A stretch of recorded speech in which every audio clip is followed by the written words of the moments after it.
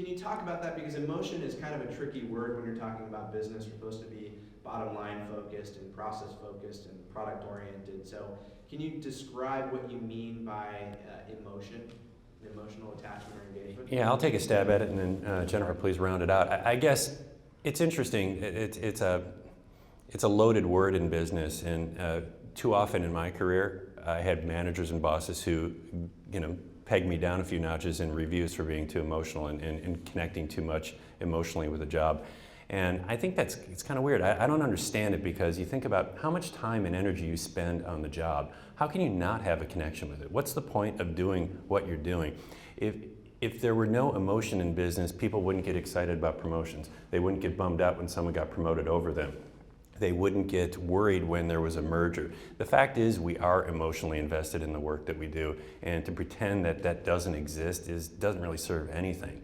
And the whole idea that that is soft and squishy and therefore not relevant to business doesn't make a lot of sense to me, because it's the soft skills in the end are not really soft at all. They're the things that give you the extra energy, the extra commitment to go further, the extra, willingness to go above and beyond. And back to the point I made earlier, so much of business seems to be ruled by fear. The fear of sticking your neck out, the fear of offering a truly candid opinion, the fear of challenging a boss, the fear of really doing something different as an organization within a category. It's always done this way.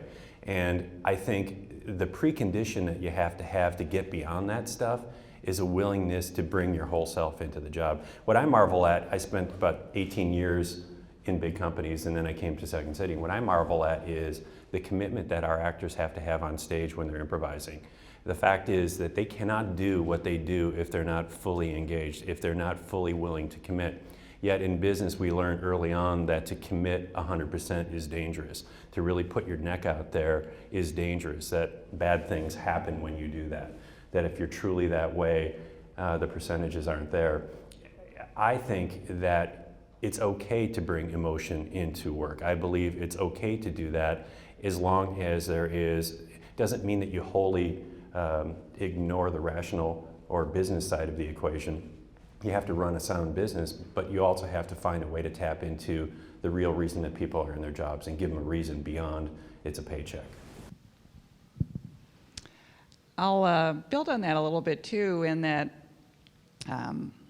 businesses certainly have a belief that being rational and pragmatic and bottom line focused is the key to success. And I would never argue that it's a necessary and important part of business, but increasingly businesses today are not about machines, producing the profit. They're literally people producing the profit. And people are not machines, and people aren't purely rational. In fact, there's been some fascinating research done in which they've hooked people up to MRI machines and watched their brains as they're making decisions and responding to different brands per se. And a huge amount of what we see as a rational, thoughtful process, deciding, for example, what to purchase, is actually emotional. And they characterize the decision-making process as being 70% emotional and 30% rational, with the irrational bit existing essentially to justify your emotional decision so that it looks rational to anybody that looks on. And that is playing out in the marketplace, and how businesses then need to be thinking about how consumers are looking at their brands and their products. It then also, though, plays out in the workplace because, as Tom was saying, people are whole people when they're in work. They're emotional and rational. And their emotions play a big part in there, and therefore how they feel and how they go about doing their work. And it is emotions, not just, fear unfortunately drives a lot of what happens, but what if we paid more attention to the counterpoint example, say courage? Instead of being fearful of the risk, what if we had the courage to take the risk? And imagine the ability to innovate if you're letting those positive emotions kind of take hold.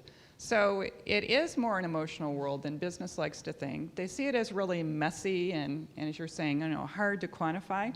I don't disagree with that, but that doesn't mean that it isn't valid, important, and a huge opportunity for businesses to leverage. Yeah, it's interesting too. Why does that word come across as soft, and you got people crying in your office. You have all this imagery attached to it. You have a title, a bestseller by Jack Welch called Straight from the Gut. What is that if not talking about an emotional connection to work, you know? And that's okay, you know, that's prized, that's what we want to see.